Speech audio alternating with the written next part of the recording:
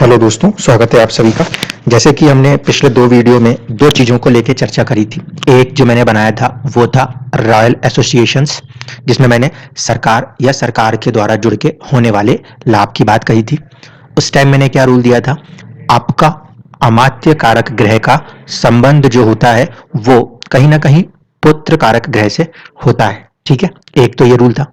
दूसरा, अगर कुंडली के अंदर जब हम जेमिनी एस्ट्रोलॉजी की तरफ से बात कर रहे होते हैं तब आत्म कारक का संबंध अमात्य कारक से बनता हो तो ऐसे स्थिति में व्यक्ति जो है वो किसी ना किसी बड़े पद पे जाके आसीन हो सकता है। वहां पे भाव को भी देखना जरूरी है। उस वाली कंडीशन को ध्यान रखिएगा। जब अमात्य कारक, आत्म कारक या पुत्र कारक की बात करेंगे तो वहां पे भाव को भी देखना अनिवार्य होगा कि किन भाव में बन रहा है। आप राज्य के साथ जुड़ के काम कर सकते हो कि आप इंडिपेंडेंट बिजनेस में जाके आगे बढ़ सकते हो, वो भाव बताता है। दूसरी चीज जो हम देखेंगे वो होने वाली है आपका अष्टक वर्ग, जिसमें मैंने आपसे कहा था कि अष्टक वर्ग के बिंदुओं को देख के ये मत सोच लीजिएगा कि वो भाव अत्यधिक बलवान होकर कुछ और कर रहा है। वो सिर्फ इतना दर्शाता है कि वहां पर कितने ग्रह कार्य करने को उत्सुक हैं, किस नेचर के ग्रह। तो इन दो चीजों को लेके आज हमें कुंडलियों को देखने की कोशिश करेंगे। सबसे पहले आपके सामने ये जो है ये स्वर्गीय अटल बिहारी वाजपेयी जी की कुंडली है।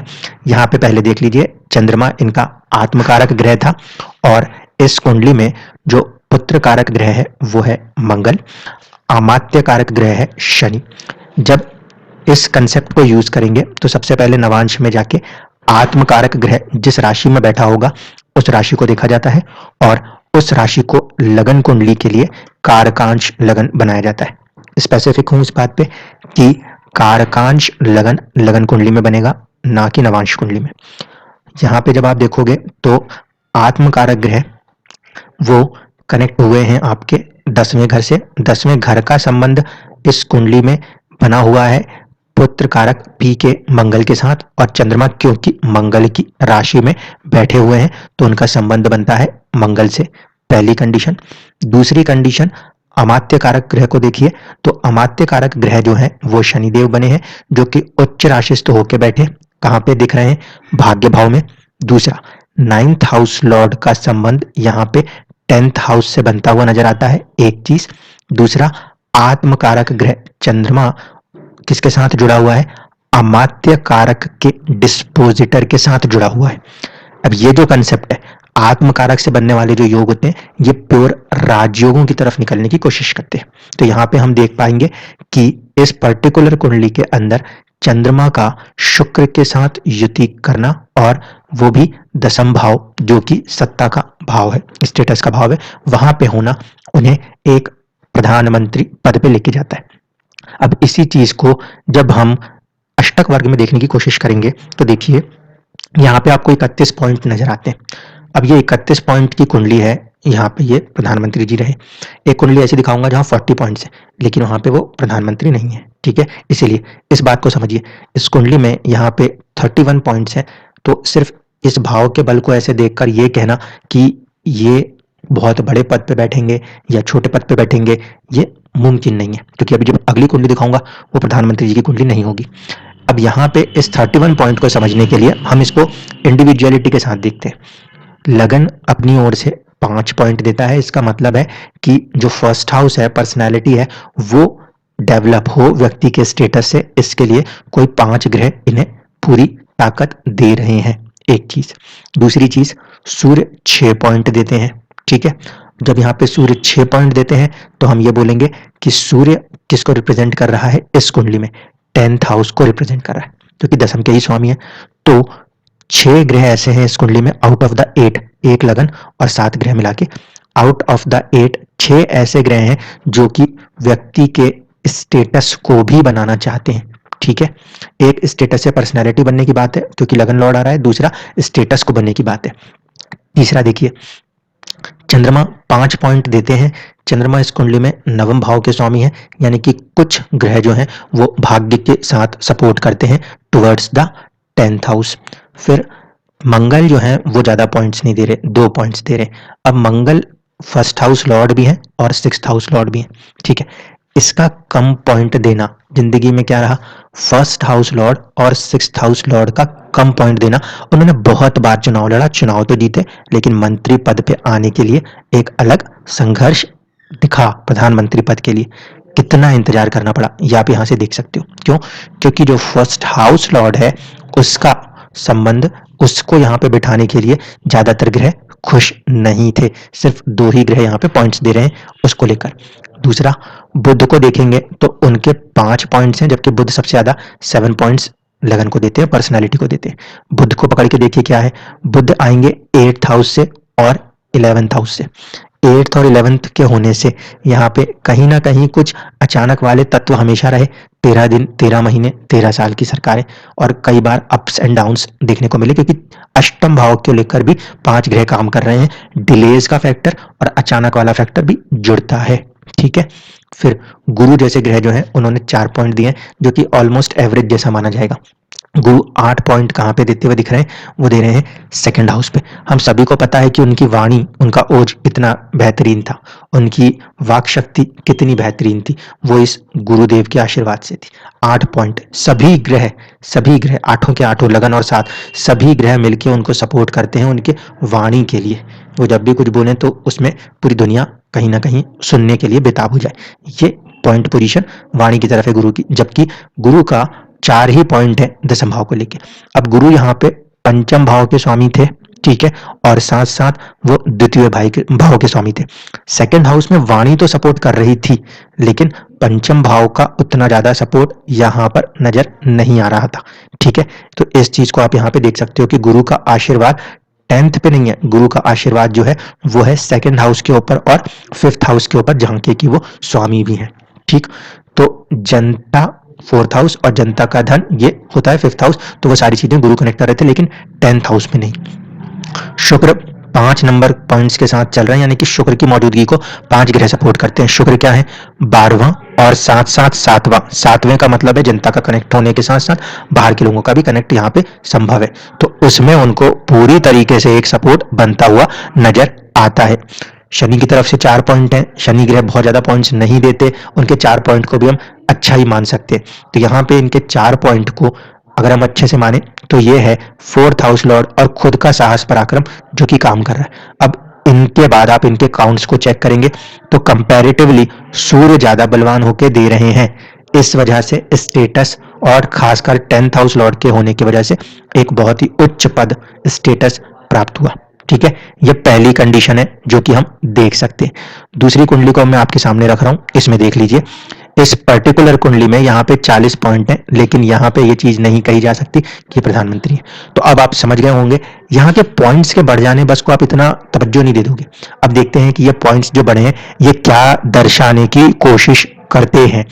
यहाँ पे हम देखें तो व्यक्ति का जो अपना फर्स्ट लगन है वो 6 पॉइंट दे रहे हैं। सॉर्ट ऑफ अपना एक स्टेटस होगा व्यक्ति का, नो डाउट, अपनी एक पर्सनालिटी भी होगी। दूसरा, सूर्य 7 पॉइंट्स दे रहे हैं। अब देखिए सूर्य 7 पॉइंट्स दे रहे हैं, लेकिन चीजें बदल जाएंगी। सूर्य इस कुंडली में 12वें घर के स्वामी है। 12वें घर का स्वामी होने की वजह से यहाँ पे विदेश का फैक्टर कनेक्ट हो रहा है। ठीक है, और सूर्य सरकार को तो रिप्रेजेंट करते हैं, लेकिन यहाँ पे अंदर कोई योग नहीं ऐसा रिप्रेजेंट कर रहा जो डायरेक्टली सरकार को कनेक्ट करे। ध्यान से समझिएगा, सूर्य ने यहाँ पे 7 पॉइंट्स दिए हैं, तो व्यक्ति का जो कर्म है उसका संबंध विदेशों से बहुत स्ट्रांग कनेक्ट होता है, पहली चीज। दूसरी चीज, चंद्रमा को देख लीजिए, 7 पॉइंट्स अगेन। चंद्रमा क्या है? वो है आपका 11th house Lord. 11th house networking, लोगों के साथ जुड़ना मिलना, ये सारी चीजें, वो भी बहुत ही स्ट्रांग सपोर्ट देता है। ठीक है, इसके बाद आ जाइए मंगल, जिसने 5 पॉइंट्स दिए। मंगल का यहाँ पे पॉइंट्स देना, ये अष्टम को भी कनेक्ट करता है और 3rd हाउस को भी कनेक्ट करता है। सॉर्ट ऑफ कम्युनिकेशन को भी कनेक्ट करता है, लेकिन कुछ चुनौतियों को भी जोड़ता है, कुछ परेशानियों को भी जोड़ता है, डिलेस को भी जोड़ता है। तो यहाँ पे मंगल के द्वारा दिए गए पॉइंट्स के कारण कुछ सर्टेन चैलेंजेस माने जाएंगे। ठीक है, साहस पराक्रम तो देगा ही देगा, क्योंकि उसका कारक है वो ग्रह। इसी तरीके से जब बुध को लेकर 5 पॉइंट मिल रहे हैं, तो हम ये मान के चलते हैं कि बुध को 5 पॉइंट मिलने से मतलब है अपना खुद का फर्स्ट और 10th लॉर्ड को वहां पे कितने ग्रह सपोर्ट करते हैं? तो 5 ग्रह, यानी कि व्यक्ति अपने जीवन में अपने स्टेटस को बनाने उतरे तो काफी ग्रह वहां पे उन्हें सपोर्ट कर सकते हैं। इसके बाद आप देखोगे तो गुरु का सपोर्ट 5 पॉइंट्स है। ठीक है, बुध और गुरु ज़्यादा ही पॉइंट्स देते हैं कंपैरेटिवली शनि के, ऐसा माना जाता है। इसलिए यहाँ पे अगर 5 पॉइंट्स को भी देखें ऑन एन एवरेज है, जुपिटर का प्रभाव जो होने वाला है वो 7th हाउस से होने वाला है और 4th हाउस से होने वाला है। तो इनको इनके प्रोफेशनल ग्रोथ के अंदर वाइफ का सपोर्ट, फैमिली का सपोर्ट मिले, ये कहा जा सकता है। ठीक है, इसके बाद शुक्र 5 पॉइंट्स, अगेन शुक्र इस कुंडली में भाग्य को भी देखते हैं और second house of wealth family को भी देखते हैं, तो उनका भी एक सपोर्ट मिला जुला कहा जा सकता है। लास्ट में देख लीजिए शनि जैसे ग्रह ने यहाँ पे 6 पॉइंट्स दिए हैं। अब शनि जैसे ग्रह ने यहाँ पे 6 पॉइंट्स दिए हैं तो ये छठे भाव के स्वामी है और पंचम भाव के स्वामी है। कहीं ना कहीं ये कहा जा सकता है एंटरटेनमेंट जैसी चीजों ने भी यहाँ पे पॉइंट्स दे दिए। अब इतने सारे पॉइंट्स के बाद आप मान के चलो ज्यादा स्ट्रेंथ में पॉइंट्स किन के हैं इसको देख लीजिए। एक शनि का प्रभाव है, दूसरा सूर्य का प्रभाव है। ठीक है, सूर्य के प्रभाव ने विदेश को जोड़ा हुआ है, शनि पंचम के प्रभाव ने कहीं ना कहीं जोड़ा हुआ है होटल इंडस्ट्रीज के द्वारा, एंटरटेनमेंट्स के द्वारा। तो इन दो पर्टिकुलर हाउस लॉर्ड्स का 10th हाउस के ऊपर जो प्रभाव है उससे ज्यादातर ग्रह सपोर्ट कर रहे हैं। इसको इस तरीके से रीड किया जा सकता है। ठीक है, जबकि अपना 4th हाउस जो अपना घर बार होगा, फैमिली होगी, उसकी तरफ से हम देखेंगे तो वहां पे चंद्रमा कम पॉइंट देगा। ठीक है, दूसरा यहाँ पे मंगल भी कम पॉइंट्स देगा। तो कहीं ना कहीं कुछ जगहों पे जहां पॉइंट्स कम है इसका मतलब है उन ग्रहों को दूसरे ग्रहों का वहां पे सपोर्ट नहीं है, और अगर पॉइंट्स ज्यादा हैं तो कुछ ग्रहों को वहां पे ज्यादा सपोर्ट है, ज्यादा पॉजिटिविटी मिल रही है। इसको यूज कैसे करते हैं? इसको यूज इसी तरीके से होता है कि जिनके ज्यादा पॉइंट्स मिल रहे हैं उनसे जुड़े हुए तत्व या उनसे जुड़े हुए भाव से जुड़कर जब व्यक्ति कर्म करते हैं तो उन्हें नेचुरली बाकी के ग्रह अपनी ओर से कहीं ना कहीं सपोर्ट प्रदान करने लगते हैं। अब इस कुंडली में भी अपन एक बार देखते हैं आत्मकारक अमात्य कारक के कंसेप्ट को। इस कुंडली में आत्मकारक ग्रह है फिर से चंद्रमा, अमात्य कारक ग्रह है सूर्यदेव। अब यहाँ पे हम आएंगे, चंद्रमा को देखते हैं 9 नंबर की राशि में बैठे हैं, तो हम 9 नंबर से लगन कुंडली बना देंगे। लगन कुंडली जब 9 नंबर से बनाई जाए तो देखिए चंद्रमा के साथ बहुत सारे ग्रह बैठे हैं। आत्मकारक का यहाँ पे संबंध किस तरीके से हो रहा है? भाग्य भाव 9th हाउस में हो रहा है। दूसरा, चंद्रमा सूर्य की राशि में बैठे हुए हैं, कनेक्ट होंगे आत्मकारक से और उसके डिस्पोजिटर के साथ भी बैठे हैं। ये भी अपने आप में काइंड ऑफ राजयोगा है, काइंड ऑफ राजयोगा है, लेकिन इसमें क्या हो रहा है? अमात्य कारक जो है वो कनेक्ट कर रहे हैं अपने आप को 9th से और 12th के साथ, ना कि 10th से। पिछले वाले में मैंने आपको दिखाया आत्मकारक का बहुत स्ट्रॉन्ग संबंध 10th से था, कि उसकी वजह से जीवन में अपने खुद के स्टेटस को बहुत ज्यादा बनाने के लिए व्यक्ति कहीं ना कहीं आगे आ जाता है। यहाँ पे ये 9th में है, यानी कि इनके द्वारा किए जाने वाली मेहनत का फल बॉसेस 9th हाउस को मिलना है।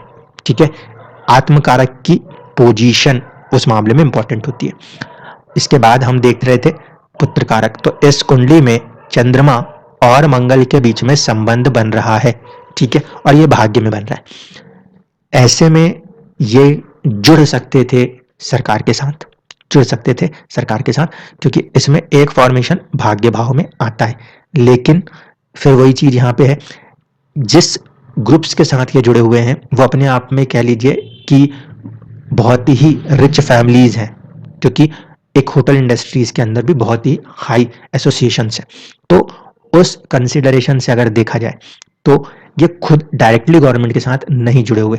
यहाँ पे इनका जो ये योग है, ये योग इनके बॉस को सीधे सीधे प्रॉफिट कराता हुआ नजर आता है, और कहीं ना कहीं इनकी भी अच्छी एक रसूख को दर्शाने की कोशिश करता है। ठीक है, पिछले वाले चार्ट और इस चार्ट में आप इस बात को समझ गए कि बाकी के जो योग हैं सिर्फ पॉइंट्स के दम पे चीजें नहीं चल रही, बाकी के योग भी अपने अपने तरीके से चीजों को कनेक्ट करते हैं। अब अगली कुंडली एक और देखते हैं, इसके अंदर हम मनमोहन सिंह जी को देखते हैं, उस कुंडली में क्या चीजें बन रही थी। इस कुंडली के अंदर सबसे पहले देखते हैं आत्मकारक ग्रह, तो आत्मकारक ग्रह बनते हैं शुक्र। ठीक है, और शुक्र की प्लेसमेंट को देखें 11 नंबर, तो हमने क्या किया 11 नंबर से एक लगन कुंडली बनाई। ठीक है, इसे कहते हैं कारकांश। अब इसके अंदर शुक्र आत्मकारक, ठीक है, और उनका संबंध आत्मकारक का इस कुंडली में किसके साथ है? एक तो मंगल के साथ है, एक चंद्रमा के साथ है, तो चंद्रमा यहाँ पे अमात्य कारक है। आत्मकारक ग्रह का संबंध अमात्य कारक ग्रह के साथ है और छठे भाव में है। तो इस पर्टिकुलर कॉम्बिनेशन ने उन्हें एक तरीके से एक जॉब ऑफर करी, यहाँ तक तो कोई दिक्कत नहीं क्योंकि ये छठे भाव का संबंध है। और इस भाव के संबंध में एक चीज और कनेक्ट हो रही है, 10th लॉर्ड का भी कनेक्शन बन रहा है, ठीक है। और ये मंगल 3rd हाउस के लॉर्ड बनते हैं कारकांश कुंडली में। तो ये अपनी एक सर्विस में एंटर हुए, सर्विस में एंटर होके ये चलते चले गए। एक पर्टिकुलर समय आता है, ये कॉम्बिनेशन का प्रभाव 10th लॉर्ड से होने पर कहीं ना कहीं इनको प्रधानमंत्री पद मिलता है, ठीक है। ये तो हुई हमारी वो वाली बात जहां हम कहते हैं कि आत्मकारक अमात्य कारक जब भी जुड़ते हैं और कहीं ना कहीं उनका संबंध किससे होना चाहिए, 2, 6 या 10, 2, 6 या 10 ये जो त्रिकोण है ये आपके कहीं ना कहीं 10th हाउस के त्रिकोण है, इसमें आना चाहिए। तो पद की तरफ आते, दूसरा रूल जो था वो क्या था, अमात्य कारक और पुत्र कारक के बीच का संबंध, ठीक है। इस कुंडली में अमात्य कारक और पुत्र कारक का संबंध नहीं है, लेकिन राजयोग आत्मकारक अमात्य कारक से बन रहा है और इसके साथ साथ 10th हाउस को भी इन्वॉल्व किए हुए हैं और त्रिकोण में भी आया। अब देखते हैं इनके लिए भी कि जो अष्टक वर्ग था वो इस बात को कैसे दर्शाता है। जब अष्टक वर्ग की कुंडली को देखा गया तो यहाँ 29 पॉइंट है। अब देखिए मनमोहन सिंह जी और अटल बिहारी जी दोनों में, एक में 29 पॉइंट है, एक में 31 पॉइंट है, एक 40 दिखा दिया। अब ये 29 पॉइंट के बाद भी व्यक्ति अपने जीवन में कहां तक पहुंचे, प्रधानमंत्री पद। कैसे पहुंचे, अब इसको देखिए। सबसे पहले तो सर्विस के अंदर रहे, 42 पॉइंट्स सीधे सर्विस को सबसे ज्यादा पॉइंट्स देने में कौन कौन से ग्रह जिम्मेदार नजर आते हैं, बुध के 6 पॉइंट हैं, शनि के 6 पॉइंट हैं, शुक्र के 6 पॉइंट हैं और गुरुदेव के 8 पॉइंट हैं। गुरुदेव इस कुंडली में 1st एंड 4th लॉर्ड हैं और उनका संबंध कहीं ना कहीं है, तो सर्विस से अच्छे खासा जुड़ेंगे। फाइनेंसिंग, बैंकिंग, सारी लाइंस, एजुकेशन, टीचिंग्स, कंसल्टेंसी, सब कुछ सर्विस का हिस्सा माना जाएगा। 8 पॉइंट अपने आप में बहुत बलवान होते हैं। 10th हाउस के लिए बात करें, स्टेटस को लेकर बात करें, किस किस ने कितने दिए, शनि के 4, शुक्र के 4, गुरु के 4, ठीक है। ये बहुत ज्यादा नहीं कहे जा सकते कंपैरेटिवली, लेकिन हाँ इसको फिर भी माना जाएगा कि शनि की तरफ से 4 पॉइंट ऑन एन एवरेज, ठीक है। बुध के भी 4, कोई ज्यादा नहीं है, मंगल के भी 3, कोई ज्यादा नहीं है। लेकिन चंद्रमा को देख लीजिए, चंद्रमा ने यहाँ पे 6 पॉइंट दिए हुए हैं, एक चीज। दूसरा, सूर्य के ही 4 पॉइंट्स हैं, बस अपनी एक पर्सनैलिटी बनेगी क्योंकि 6 पॉइंट्स हैं। अब चंद्रमा के 6 पॉइंट्स है, चंद्रमा किस नेचर का ग्रह है, सूर्य और चंद्रमा दोनों ही रॉयल प्लैनेट्स माने जाते हैं, राजसिक ग्रह माने जाते हैं, ठीक है।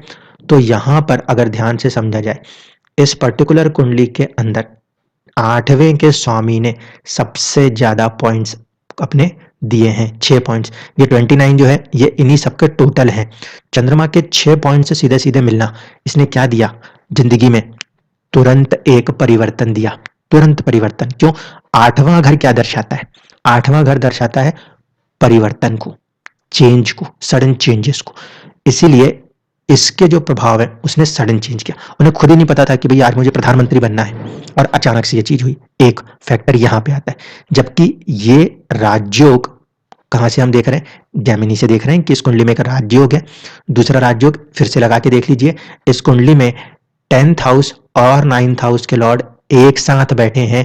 जब कभी भी 9वें और 10वें के स्वामी एक साथ होकर बैठेंगे तो वहां पे कहा गया था कि राजयोग होगा। मैंने उस टाइम भी एक चीज और भी कही थी, उसमें आपको दूसरे कॉम्बिनेशंस को भी समझना जरूरी है। अगर मैं इस पर्टिकुलर को उठा के लगन बना के दिखाऊं तो आप देखो, 12th हाउस लॉर्ड का भी संबंध है, 1st हाउस लॉर्ड का भी संबंध है। 12th हाउस लॉर्ड के संबंध होने के कारण स्ट्रेस रहा काम के अंदर, कोई डाउट नहीं।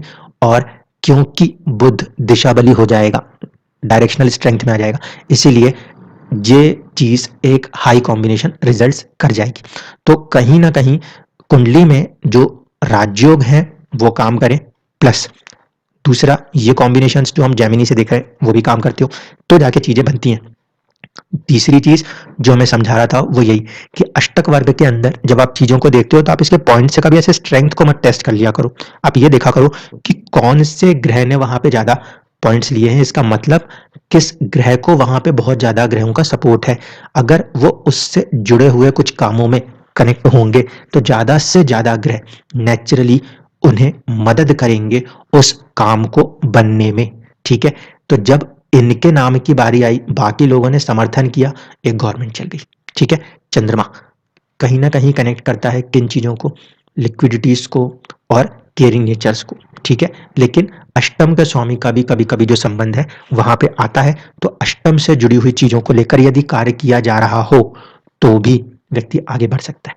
इस चीज़ को ध्यान रखिएगा, जब भी अष्टक वर्ग को लगाइएगा, तो किस ग्रह को वहाँ दूसरे ग्रह सपोर्ट कर रहे हैं, अगर उनसे जुड़ी हुई चीज़ों के साथ आप आगे बढ़ते हो, तो आप देखोगे आपको अपनी ज़िंदगी में उस काम में दूसरे ग्रहों के सपोर्ट होने के कारण बाधाएँ कम आती हैं। अब उसी की जगह आप वहाँ पे किसी ऐसे ग्रह के काम को उठाते हो जो कि कम पॉइंट्स दिखाता है, तो जब जो ग्रह उस पर्टिकुलर को सपोर्ट नहीं कर रहा हो, उनकी दशा अंतर्दशा या कुछ चल रहा होता है, तो हमें अपने काम में बेवजह ही रुकावटें देखने को मिलती हैं। धन्यवाद।